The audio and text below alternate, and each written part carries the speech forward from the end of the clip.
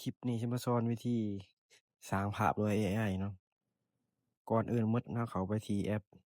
ChatGPT เนาะหลังจากเข้ามาแล้วมันจะเห็นหน้าตาเป็นจั่งซี้หลังจากนั้นเรามาเขียนสร้างรูปภาพ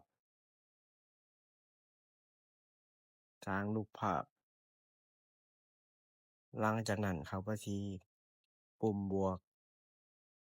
กดเข้าไปที่ปุ่มบวกเลือกรูปภาพ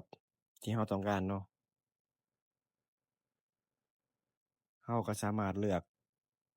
รูปภาพที่เราต้องการได้หลังจากเลือกแล้วกดเพิ่มเลยหลังจากนั้นเรามาเขียนข้อความใส่อีกเนาะว่าเราอยากให้ภาพนี้เฮ็ดหยังเราต้องพิมพ์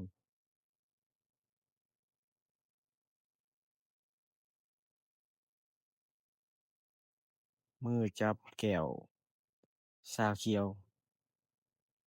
เราจะมาสร้างรูปภาพนี้ให้มือจับแก้วชาเขียวเนาะเราก็เขียนหลังจากเขียนเรียบร้อยแล้วเราก็กดไปที่ลูกศรเลยหลังจากนั้นเราก็มารอให้ AI ทำการประมวลผลเนาะ